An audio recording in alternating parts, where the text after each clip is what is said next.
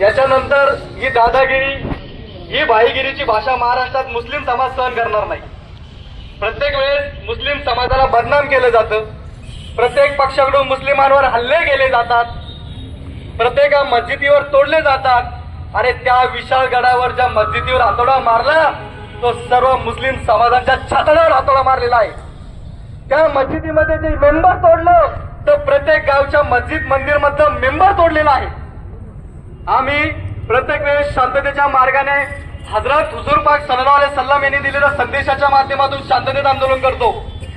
पण मुस्लिम समाजाला गांडू समजू नका. याच मुस्लिम समाजाचा इतिहास छत्रपती शिवाजी महाराजांच्या काळामध्ये बघितला असेल.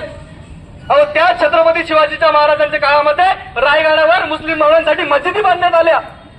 मग हे मुस्लिम मावळे जर छत्रपती शिवाजी महाराजांच्या सोबत होते तर मग आज त्याच विशाल गडावर छत्रपती शिवाजी महाराजांच्या मुस्लिम मस्जिदी का तोडण्यात आल्या? म्हणजे ते मुस्लिम मावळ्यांच्या विरोधात आहेत का? हे जे मस्जिदीवर अतिक्रमण करणारे लोक आहेत, हे मस्जिदीवर हल्ला करणारे लोक आहेत, हे छत्रपती शिवाजी महाराजांचे मावळे असूच शकत नाही. छत्रपती शिवाजी महाराजांनी 18 पगड गतीला घेऊन चाललो. आम्ही आमच्या प्रत्येक मराठा क्रांती मोर्चात सहभागी होत असतो. प्रत्येक ठिकाणी आम्ही छत्रपती शिवाजी महाराजांना मान सन्मान देत असतो. मग आज विशाल गडावर आमच्या छाताडावर पाय देण्याची काय हिंमत झाली?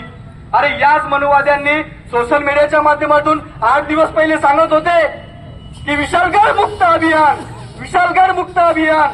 अरे आम्ही कुठले बाहेरचे नागरिक आहोत का? या देशामध्ये राहण्याचा अधिकार आम्हाला भारतीय संविधानाने दिलेला आहे. आणि या देशामध्ये राहायचं असेल तर मुस्लिमांना सन्मानाने वागणूक प्रत्येकाला द्यावी लागेल. यावेळेस प्रत्येक वेळेस कायदा हातात कोणी मुस्लिम घेत नाही. पण पोलीस प्रशासनाचं मी विनंती मारतो की पोलीस प्रशासनाच्या तिथं तलवारीने हल्ला करण्यात आला. अरे पोलीस प्रशासनावर तलवारीने हल्ला होत असेल तर या महाराष्ट्रामध्ये मुसलमान सुरक्षित आहे का? 1 तास झाला नाही, एक वर्ष झालं नाही, पुसे सावळीची मस्जिद जाळण्यात आली. मग आमच्यावर हल्ले का? आता आम्ही हल्ले सहन करणार नाही. इस्लाममुळे आम्ही आहोत, आमच्यामुळे इस्लाम नाही. प्रत्येक वेळी इस्लामावर बोलण्याचा, बदनामी करण्याचं काटकारस्थान या विशाल गडावर करण्यात आलं.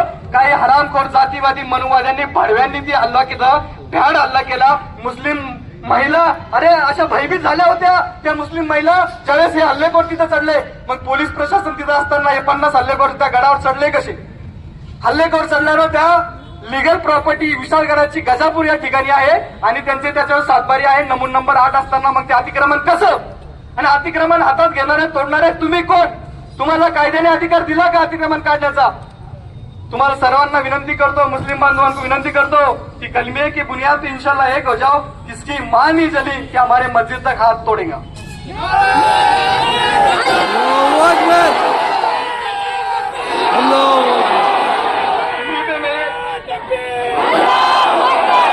जहाँ कहा भी ऐसा हल्ला होगा इंशाल्लाह हम सब मिलके पक्ष गिक्ष सब छोड़ के, राजकारण बाजू में छोड़ के, नेतागिरी बाजू में छोड़ के सब चीज में हमको आगे आना पड़ेगा. जब हम कुछ तो भी कर सकते, सरकार तक हमारा निवेदन पहुंचा सकते.